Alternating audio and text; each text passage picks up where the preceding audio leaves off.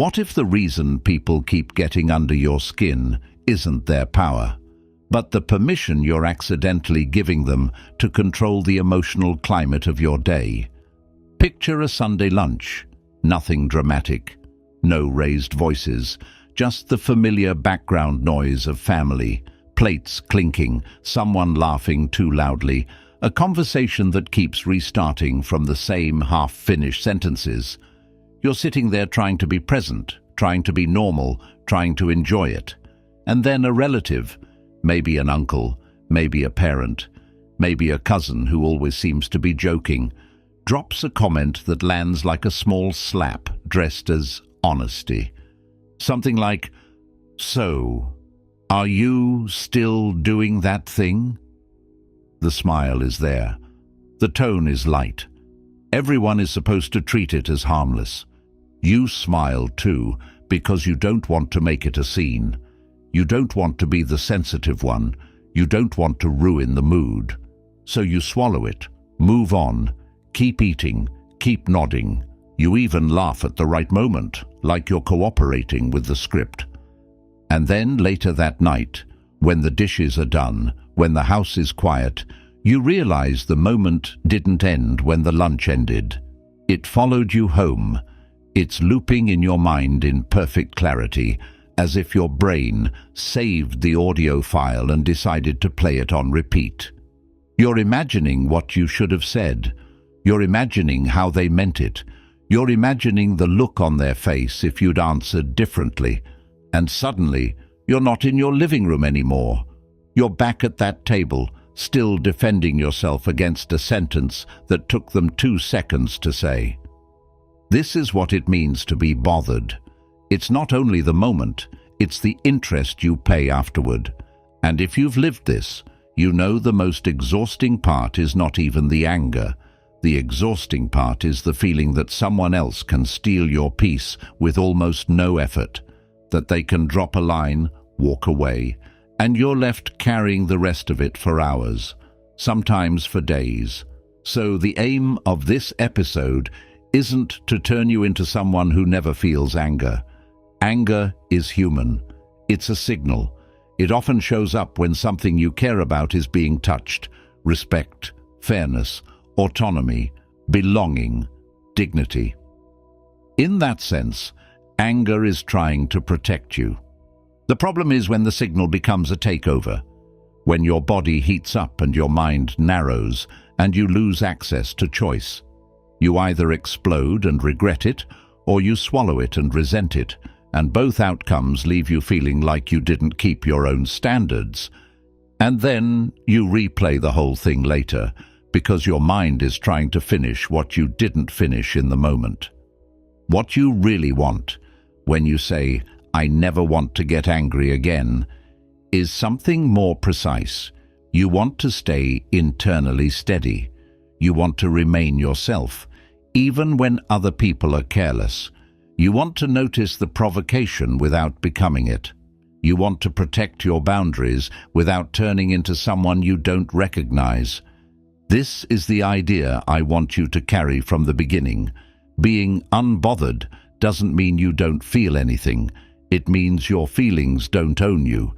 It means you can feel the first spark of anger and still choose what happens next. One of the most useful metaphors for this is the difference between a thermometer and a thermostat. A thermometer reflects the room. If the room is tense, you become tense. If the room is rude, you become sharp. If the room is dismissive, you become defensive. A thermostat notices the weather but regulates the climate. It doesn't deny reality.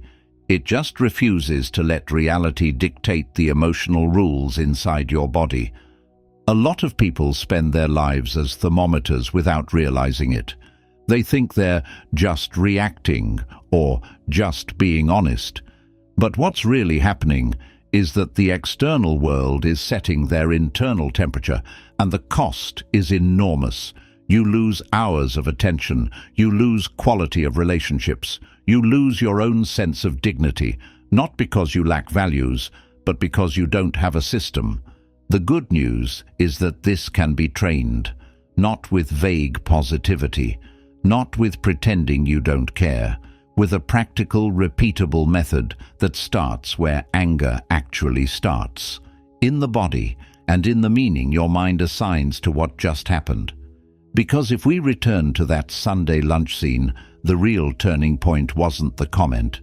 It was the moment inside you, right after the comment, the first tightening in the jaw, the first shift in the breath, the quiet urgency that said, "Say something now," or "Don't let them get away with it," or "If you stay silent, you're weak."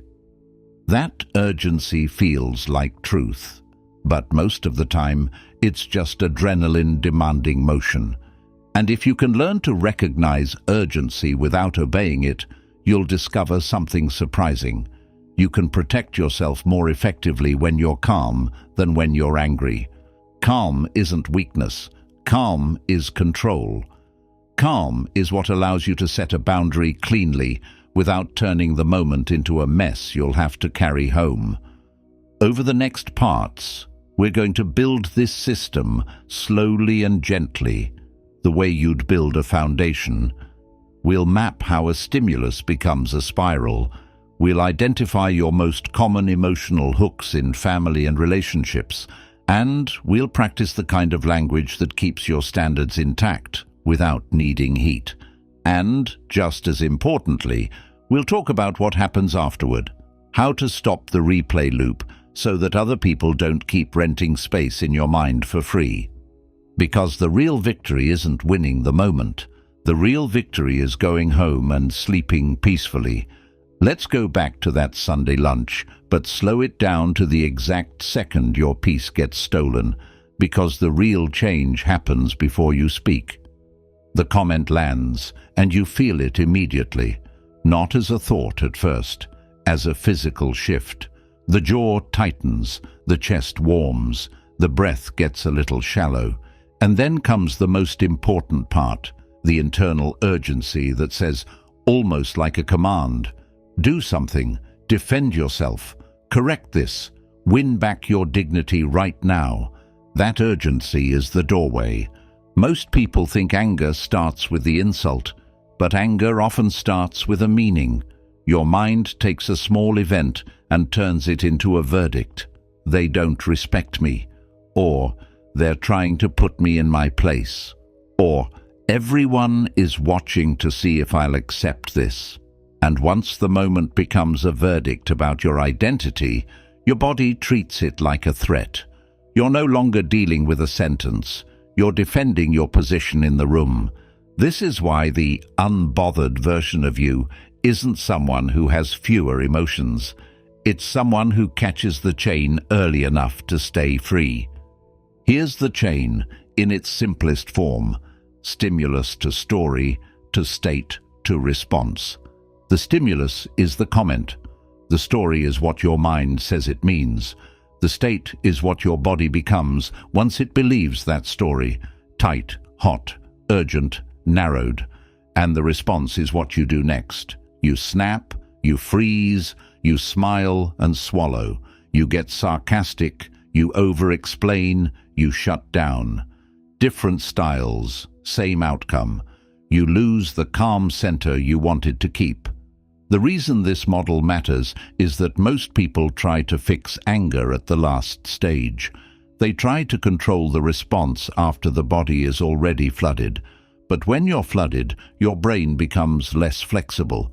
It starts thinking in absolutes. It starts mind reading. It starts collecting evidence. It starts rehearsing. You can still speak, but you're far less likely to speak in a way you respect afterward. So, the leverage is earlier, at the level of state and story. That's why the first move is bodily, and it's subtle enough that no one at the table even needs to notice. You lengthen your exhale slightly, you release the jaw, and you soften your gaze. You're not doing a technique. You're simply sending your nervous system one message. This is uncomfortable, but it isn't danger. You're trying to lower the temperature by a single degree, just enough that you can choose a response instead of being dragged into one. Then comes the second move, the one that changes your life if you practice it consistently. You loosen your grip on the first interpretation. You don't have to replace it with a happy story. You don't have to excuse the person. You just stop treating your first meaning as fact. Instead of, "They're humiliating me," you shift to something like, "I'm experiencing that as disrespect." That sentence may look small, but it's psychologically huge. It creates distance. It reminds you there is a difference between what happened and what you're telling yourself it means. And once you have distance, you can respond with standards rather than heat. This is the moment where people get confused, so let's be clear. Calming your body and loosening your story does not mean you let them get away with it. It means you stop paying extra. You stop paying with a ruined afternoon. You stop paying with hours of rumination. You stop paying with a version of yourself you don't respect. You're learning to protect your dignity without sacrificing your peace. Now here's the quiet truth. In families, the story often hits harder because the context is older than the comment. A sentence at a table can carry years of history, being judged, compared, dismissed, treated like your life is open for public review. So your nervous system reacts not only to today, but to a whole archive.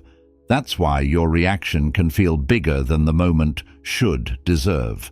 And that's also why the solution has to be gentle and structural, not just motivational. In the next part, we'll build your trigger map, the specific themes that hook you most in family, relationships, and friendships, so you can predict the moments that usually steal your calm. And once you can predict them, you can stop being surprised by them, which is half the battle. If you listen closely to that Sunday lunch moment, you'll notice something important. It wasn't just a comment. It was a type of comment. It belonged to a familiar category, the kind that shows up again and again in families, relationships, and friendships, sometimes with different words, but with the same emotional fingerprint. That's what a trigger really is. A trigger isn't random. It's a pattern that touches a value. And once you can name the pattern, it stops feeling like you're being ambushed by life. You begin to recognize the shape of what's happening while it's happening, which means you can respond from clarity instead of heat. In family settings, one of the most common triggers is disrespect disguised as humor. The words arrive as a joke, the tone stays light, and the social pressure is built in. If you react, you're too sensitive. If you stay silent, you feel small. The trap isn't only what was said, it's that you're forced into a choice between your dignity and the vibe of the room. And because you're a decent person, you often choose the vibe, then pay for it later in your mind. Another common trigger is control disguised as advice. Someone frames criticism as concern. "I'm just saying this for your own good." They speak as if your choices are up for review, as if your life needs their approval.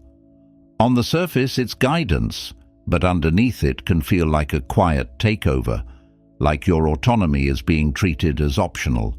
If autonomy is one of your core values, that kind of help can light you up faster than a direct insult. Then there's invalidation, which is especially powerful in close relationships. A partner or friend says, "You're overreacting," "You're too sensitive," or "It's not a big deal." And suddenly, you're not only dealing with the original issue, you're dealing with the feeling that your inner world doesn't count. It's a strange kind of loneliness. You're speaking, but you're not being met.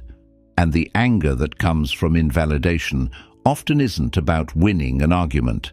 It's about trying to be recognized as real. And finally, there's guilt disguised as love. This one can be subtle, even tender on the surface. "After everything I've done, if you cared, you would. You're choosing them over us." It pulls on your conscience. It tries to make your boundary feel selfish, and when you're a conscientious person, guilt can hijack you even when you're logically sure you're allowed to say no. Now, here's the shift that makes this useful. You don't need a perfect psychological diagnosis of what category something falls into. You just need enough clarity to stop being surprised, because surprise is a huge part of why you get flooded. When you feel blindsided, your nervous system escalates. When you see the pattern coming, you can stay steady. So let's apply this to the Sunday lunch again, as if we're watching it frame by frame. The relative makes the joke. You feel the spike. Instead of immediately debating what it means or what you should do, you quietly label the category. This is a jab disguised as humor. That label is not a speech you give them. It's a moment of internal clarity. It tells your brain, I know this pattern. I've seen it before. Then you do something equally quiet. You notice the state in your body, not philosophically, not dramatically, just factually. There's heat, there's urgency. The reason this matters is that it stops you from confusing adrenaline with truth. When you're flooded, your mind tends to speak in absolutes. Everything feels personal. Everything feels now or never. Naming the state reminds you, I'm in a stress response. I don't have to obey it. And once you've done those two things, you choose, before words, what kind of response you're going to use. In moments like this, you usually have three broad options. Sometimes you clarify because the fog is the weapon.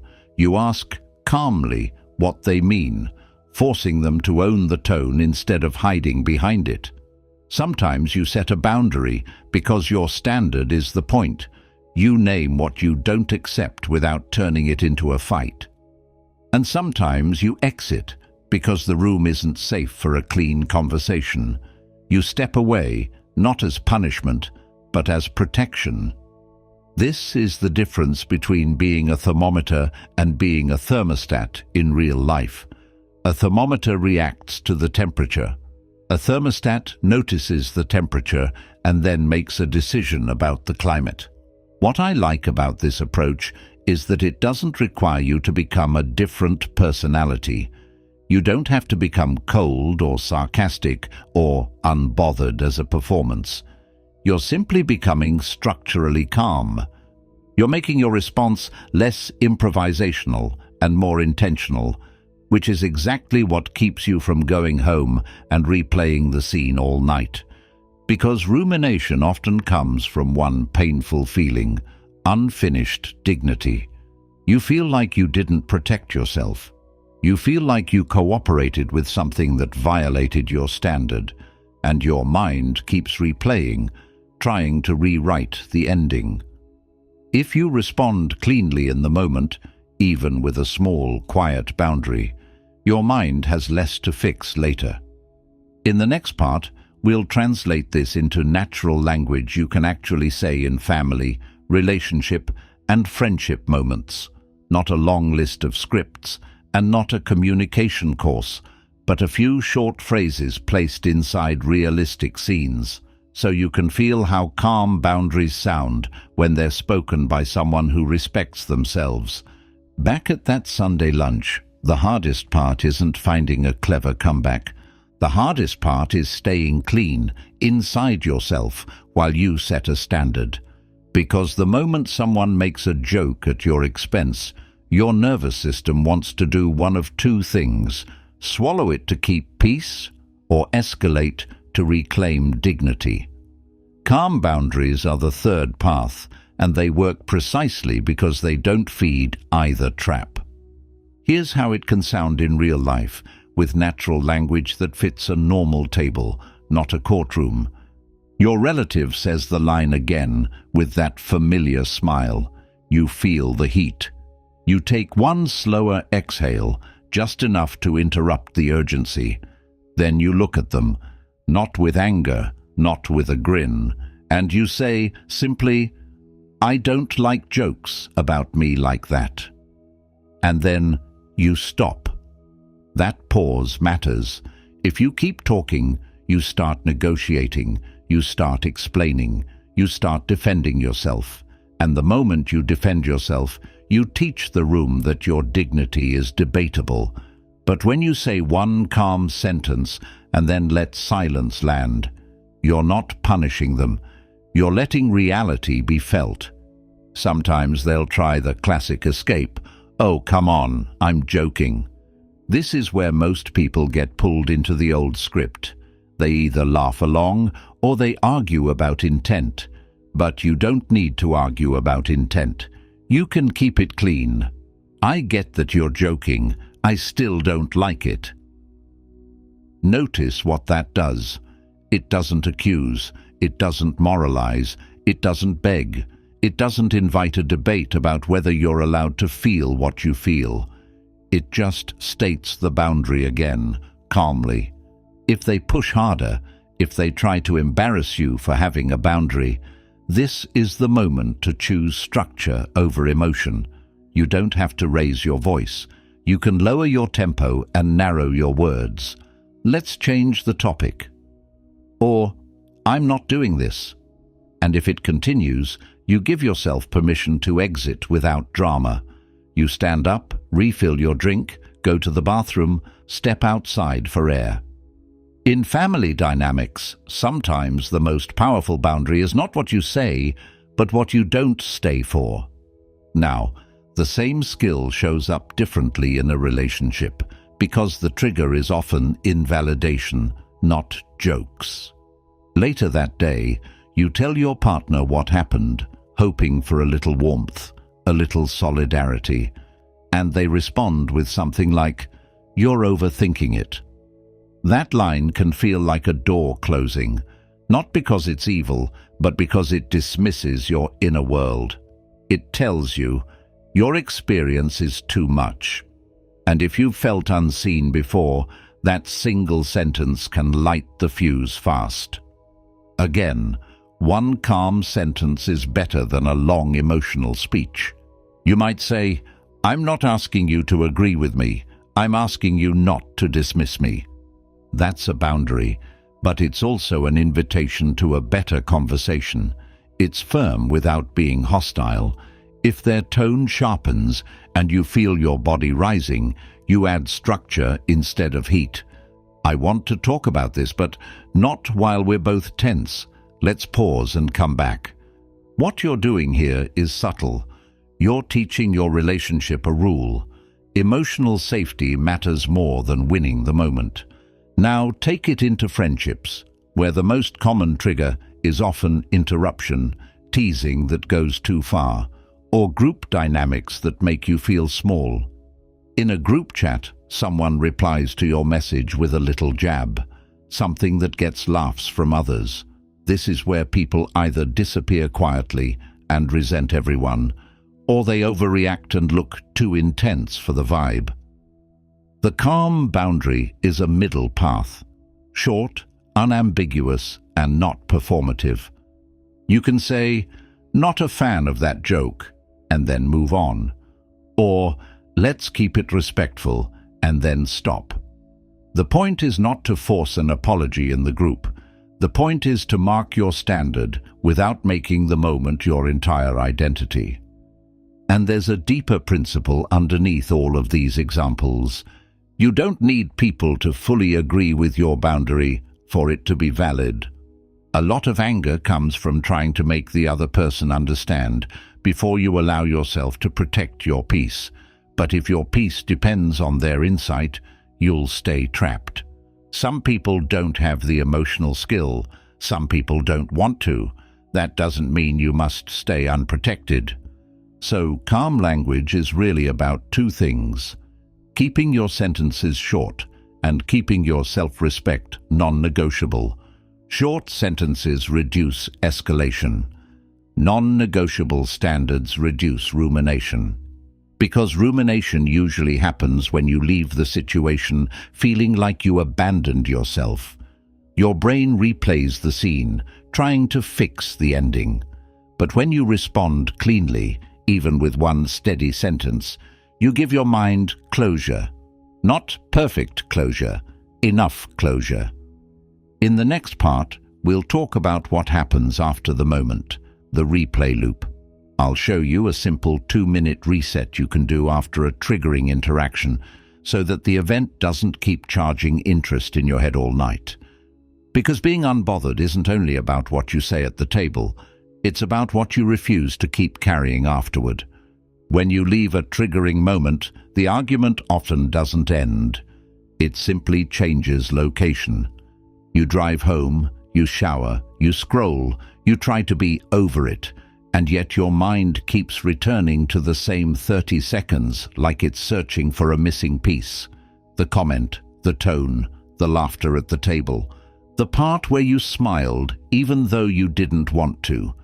And the more you replay it, the more it feels like you're doing something useful, like you're preparing, like you're learning, like you're protecting yourself for next time. But most replay isn't protection. It's an unpaid bill collecting interest. Your brain is trying to restore a feeling of control by rewriting the past, and it does that by generating alternate endings, the perfect sentence, the perfect look, the perfect moment of strength. That's why rumination can feel oddly satisfying for a second, even while it drains you. It gives you the illusion of resolution without the reality of it. So the key to being unbothered is not only what you do in the room, it's what you do in the first few minutes afterward, when your mind tries to keep the door open. Here's a gentle truth. Your brain doesn't ruminate because you're dramatic. It ruminates because something feels unfinished. Unfinished dignity, unfinished boundaries, unfinished clarity. If you left the table feeling like you abandoned yourself, your mind will try to correct that by replaying the moment until it finds an ending it can live with. The way out is not to force the replay to stop by willpower. The way out is to give your brain a cleaner kind of closure. Think of it as a small reset you run right after the moment or later that evening when you notice the replay starting again. You don't need 10 steps. You need a short sequence that turns the experience into a completed file. You start by naming what's happening in simple language. This is the replay loop. Not, I'm losing my mind. Not, I'll never get over this. Just a calm label. When you label it, you stop being fully inside it. You become the observer again, and that alone lowers the temperature. Then you give the moment one clean sentence, something that captures the truth without drama. Not a speech, not a verdict, just a line you could stand by. For example, that joke didn't work for me, and next time I'll name it once. Or, I don't need to earn respect at this table. I can set a boundary and move on. This sentence is important because it replaces endless replay with a simple, stable meaning. And then you do one small action that signals to your nervous system that the moment is over. This is where people miss the point. They try to solve rumination with more thinking, but rumination is partly a body state. So, you bring the body back into the present. You take a short walk, you wash your face, you stretch, you breathe slowly for a minute. Not to be spiritual, but to tell your system, we are safe. The threat has passed. If you want to make this even more effective, you add one final move. You decide what the next right action is, and you keep it small. Maybe the next right action is that you won't bring the scene to your partner as a raw fight. It becomes a simple request. I had a hard moment today. I'd like support. Maybe it's that you'll text a friend and talk about something real for 5 minutes. Maybe it's that you'll write one note to yourself, what you'll say next time. Then you close the Notes app and you're done. This is what closure looks like in practice.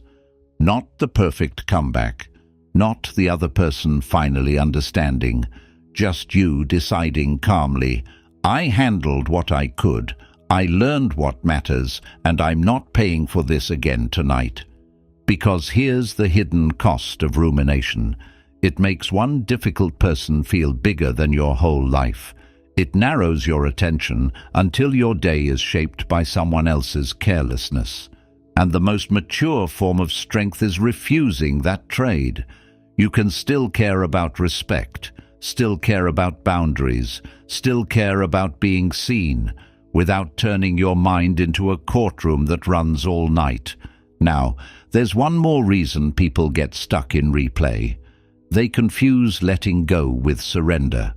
They think if they stop replaying, it means what happened was fine, or it means they were weak, or it means the other person won.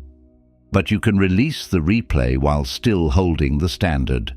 Letting go is not approval. Letting go is ending the payment. In the next part, we'll talk about the category of people who make this hardest, the chronically difficult ones, the ones who bait, guilt, invalidate, or repeat the same disrespect in new packaging. We'll explore how to choose your battles, how to use distance without hatred, and how compassion can become a form of power, not because it excuses them, but because it stops you from absorbing them. Some people aren't just having a bad day. Some people have a pattern. They poke, they invalidate, they guilt trip, they turn every boundary into a debate. And if you grew up in a family where that pattern was normal, where sarcasm was love, criticism was concern, and your feelings were too much, then you can spend years trying to win a game that isn't designed for you to win. You keep hoping that if you say it the right way, at the right time, with the right tone, they'll finally become reasonable. Sometimes they do, often they don't. And this is where being unbothered becomes less about technique and more about access. Because the truth is, you can regulate your breathing and reframe your thoughts. But if you keep giving the same person unlimited access to your nervous system, you'll keep paying the bill, not because you're failing, because you're standing too close to the fire. So let's say something clean. You are not required to be emotionally available to people who are emotionally unsafe. That doesn't mean you hate them. It doesn't mean you label them as villains. It just means you stop treating chronic disrespect as something you must personally solve with endless patience. You can love someone and still limit how much of your inner world they get to touch. This is especially important in families, because family dynamics have gravity. A relative can say one line and it lands deeper than it should, because it comes with history, hierarchy, old roles. It's not just a joke. It's a familiar position you're being pushed back into, and if you don't recognize that, you'll keep reacting as if you're trying to fix your entire past at a dinner table. The way out is to choose your battles with a different question. Not who's right, not how do I make them understand. The question is, what's the cost of engaging with this person in this moment? If the cost is your peace for the next 12 hours, you're allowed to choose a smaller move. You're allowed to choose distance. You're allowed to choose a boundary that's quiet but firm. And sometimes the most powerful boundary is simply not taking the bait. Difficult people often use speed and framing. They want you to answer immediately, emotionally, so they can define you as too sensitive, dramatic, disrespectful, whatever story makes them feel in control. If you slow the tempo, if you pause, if you keep your words short, if you step away, you refuse their frame. You stop playing on their field. This is where compassion can become a kind of power, but not the sentimental kind. Compassion in this context is not excusing them. Compassion is seeing their behavior as information about them rather than a verdict about you. It's recognizing that some people criticize because they're anxious, control because they're afraid, mock because they're insecure, and guilt trip because they don't know how to ask cleanly. When you see that, you don't get hypnotized by the performance. You don't absorb it as identity. You can think quietly, this is their pattern showing itself. I don't have to carry it. And then you act accordingly. Sometimes accordingly is a calm boundary at the table. Sometimes it's changing the topic. Sometimes it's leaving early. Sometimes it's not attending every gathering the same way. Sometimes it's sitting near the door, having your own ride, giving yourself a time limit, or planning a decompression routine afterward so you don't bring their energy home. This is what I mean by redesigning access. You stop treating exposure as a moral duty. You're not saying, I refuse family. You're saying, I refuse unlimited impact. Now let's bring it into friendships and relationships, because the difficult pattern looks different there. With friends, it might be the person who always teases, then calls you sensitive when you draw a line. With a partner, it might be the person who invalidates your feelings, then gets frustrated when you shut down. In both cases, the rule is the same. You don't need to win their agreement to protect your standard. You can say calmly, I'm not doing this conversation in that tone, and then pause. You can say, I want to be close to you, but dismissing me isn't okay. And then stop talking. You can say, we can revisit this when we're both calmer, and actually revisit it, because consistency is what teaches people your boundaries are real. And if someone repeatedly refuses to meet a basic standard, after clear communication, after calm boundaries, after time, then the question becomes less romantic and more honest. What kind of relationship is this creating inside me? If the relationship consistently makes you smaller, more anxious, more self-doubting, more reactive, it doesn't matter how much you should tolerate it. Your nervous system is giving you data. You can love people and still choose yourself. One quiet way to think about it is this: you're not trying to eliminate anger. You're trying to stop donating your attention. Difficult people win when they take your attention long after the moment ends, when they make you rehearse, explain, justify, fantasize about winning, fantasize about repair. Being unbothered means you return your attention to your own life faster, again and again, until your mind learns a new default. I don't live in reaction. In the next part, we'll turn everything into a simple, in-the-moment protocol you can use anywhere. Family, partner, friends, especially when you're caught off guard. Not a long checklist, but a small sequence you can practice until it becomes automatic.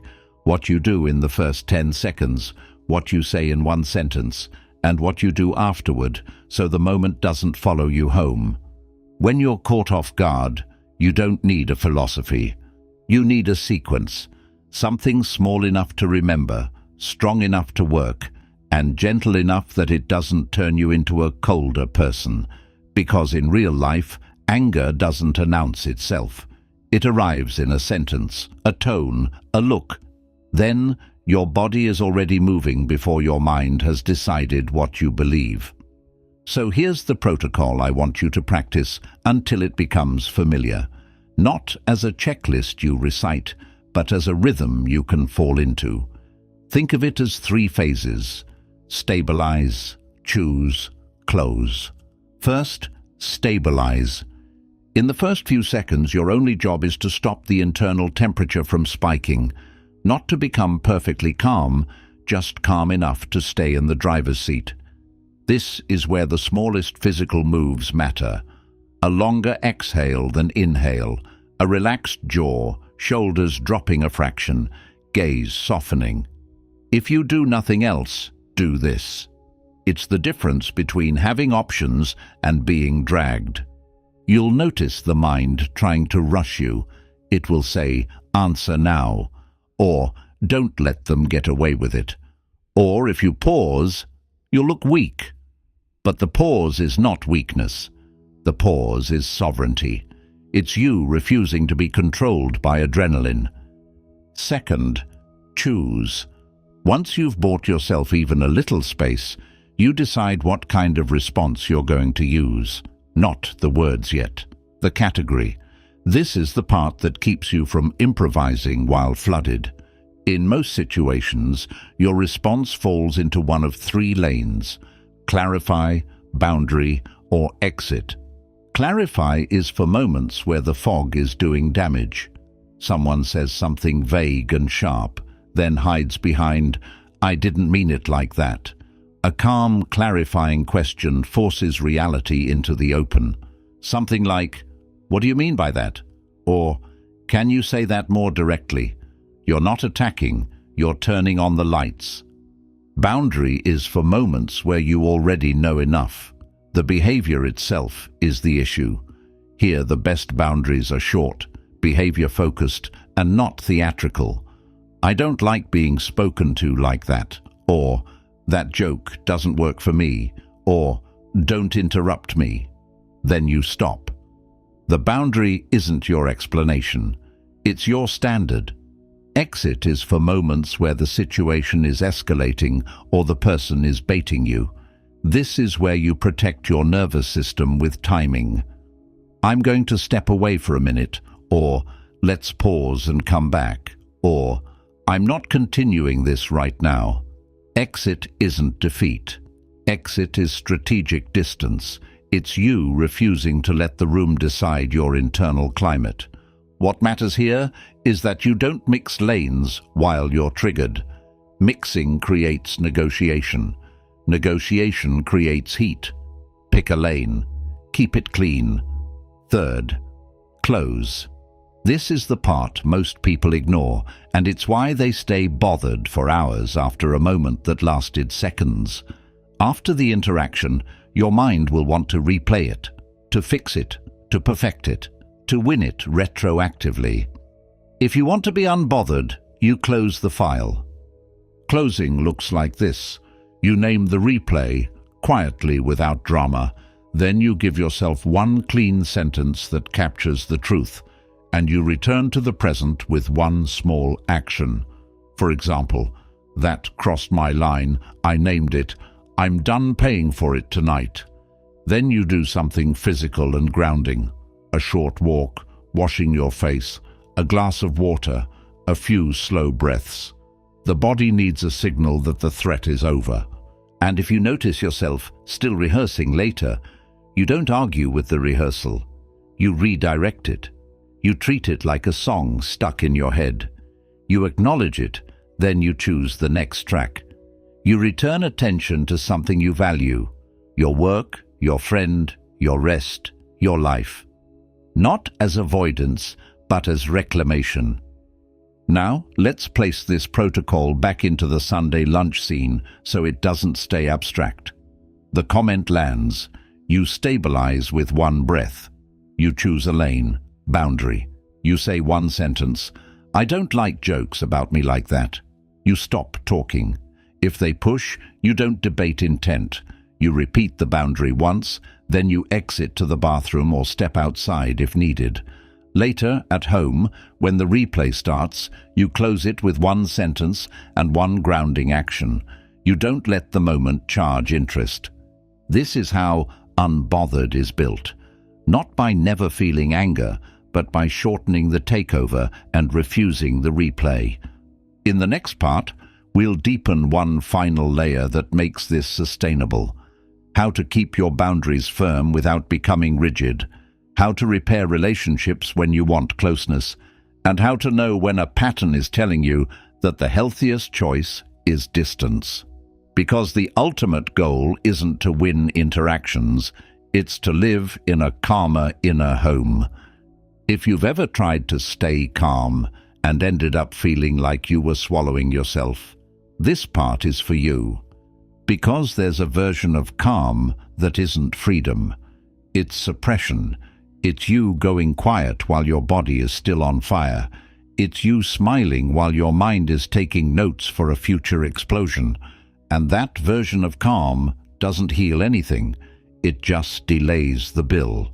So the question becomes, how do you stay unbothered without becoming numb, passive, or emotionally unavailable?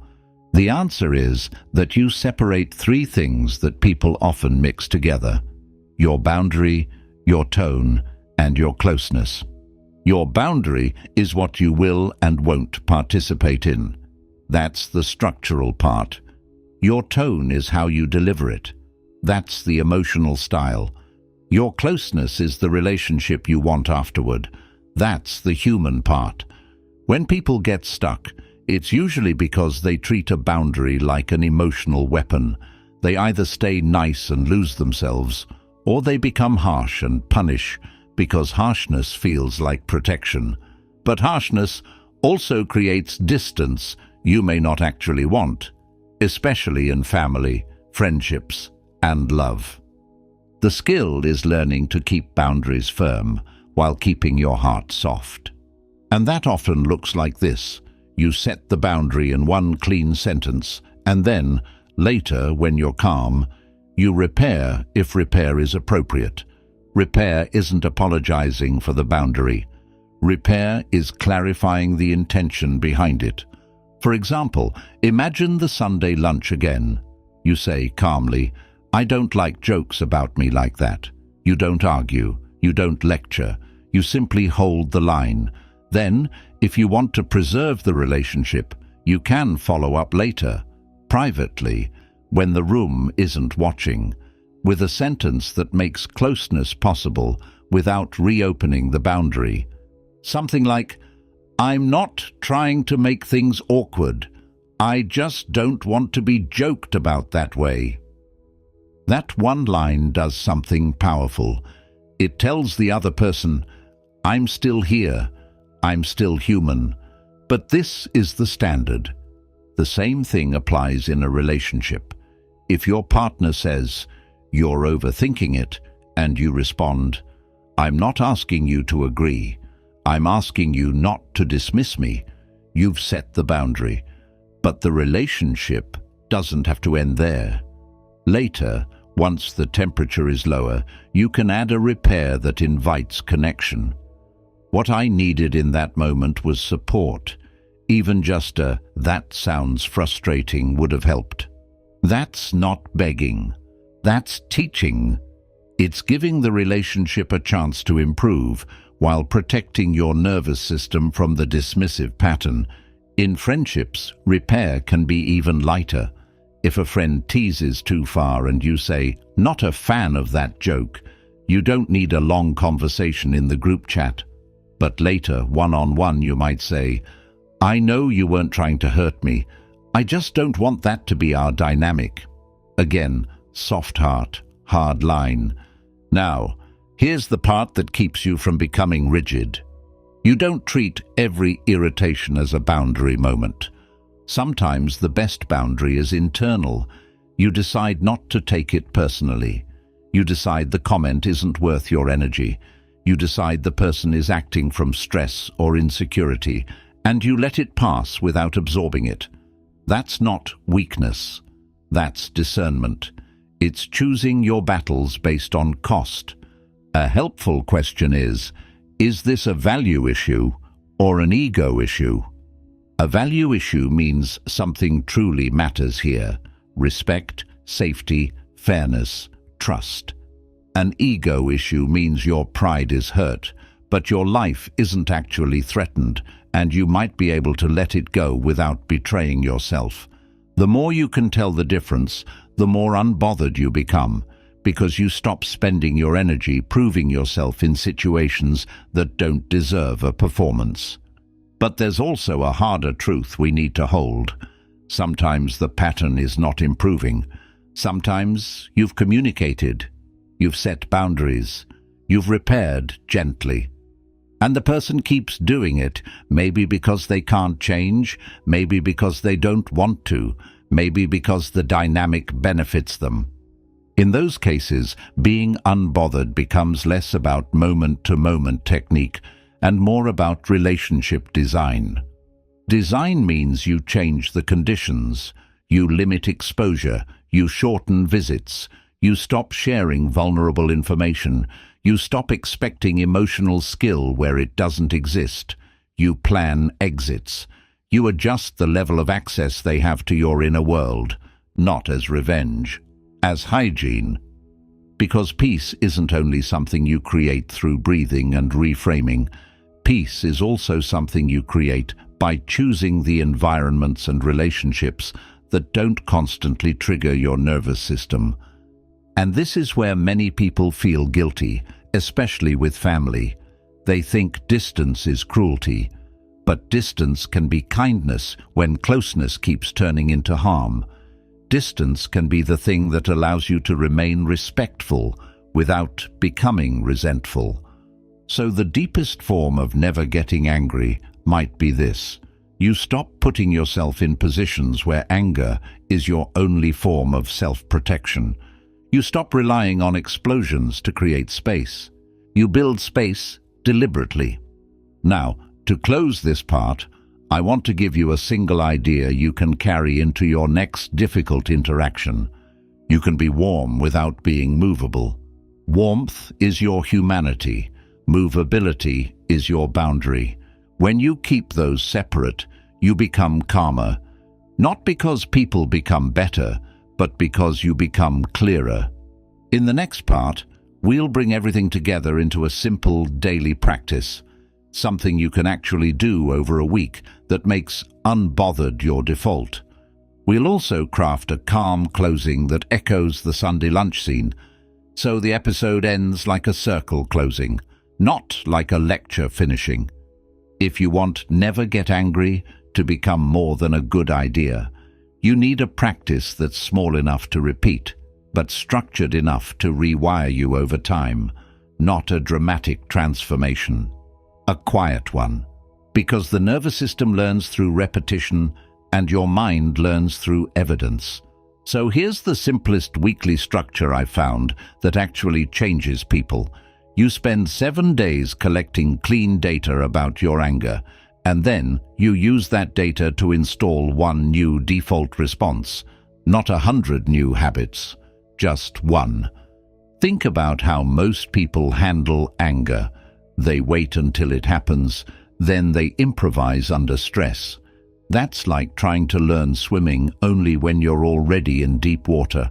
The goal of a weekly practice is to train when the water is shallow, so you don't panic when it gets deep. Day 1 starts with noticing. You don't try to fix anything yet. You just track the first signal. When someone bothers you, even slightly, you ask quietly, what was the trigger category? Disrespect as humor, control as advice, invalidation, guilt, or something else. Then you name what happened in the body: jaw, chest, breath, urgency, and you write one sentence later that evening. Today my anger was triggered by mao, and my body did mao. This sounds almost too basic, but it does something profound. It shifts you from being inside the emotion to studying it. It creates distance. It turns anger from a personality trait into a pattern. Over the next few days, something becomes obvious. You begin to see that your anger has a handful of reliable entry points. For some people, it's tone. For others, it's being dismissed. For others, it's being controlled. And once you know your entry point, you can choose the one intervention that stops the spiral early. That intervention, for most people, is not a clever phrase. It's a pause. A pause plus one clean sentence. The pause is how you stabilize. The clean sentence is how you hold your standard without escalating, and the reason this works is that it removes the two fuels that keep you bothered: urgency and rumination. Now here's the part that makes this practice real. Each day you pick one moment, just one, where you attempt the 3-phase protocol: stabilize, choose, close. You don't need to do it perfectly. You don't need to do it every time. The goal is not perfection. The goal is evidence. You stabilize with one longer exhale, jaw release, softened gaze. You choose your lane, clarify, boundary, or exit. You deliver one clean sentence. Then later, when the replay tries to start, you close the file with one line. I handled what I could. I learned what matters. I'm done paying for this tonight. Over a week, if you do this even a few times, you start feeling something subtle. Your anger stops feeling like a wave that throws you around and starts feeling like a signal you can hold. That shift is what people mean when they say unbothered. Not that life becomes nicer, but that your inner world becomes less dependent on life being nice. And once you're less dependent, your boundaries get cleaner too, because you stop using anger as a tool. You stop needing explosions to create space. You start creating space intentionally through shorter visits, clearer limits, gentler repairs, and sometimes necessary distance. You realize you can be warm without being movable. Let's close the circle with that Sunday lunch, because endings matter. Imagine the same scene happening again, not because you're unlucky, but because patterns repeat. The comment comes, the smile, the tone, the subtle invitation to either laugh along or fight. This time, you feel the spark, and you recognize it.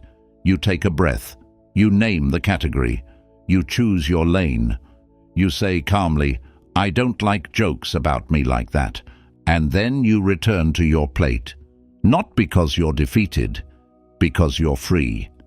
Later, at home, your mind tries to replay it, but the file feels closed. You didn't abandon yourself. You didn't become cruel. You didn't perform. You just protected your standard with minimal cost. And for the first time in a while, you realize you're not paying interest on someone else's carelessness. That's the real promise of this episode. Not that people will stop being difficult, but that they'll stop renting space in your nervous system for free.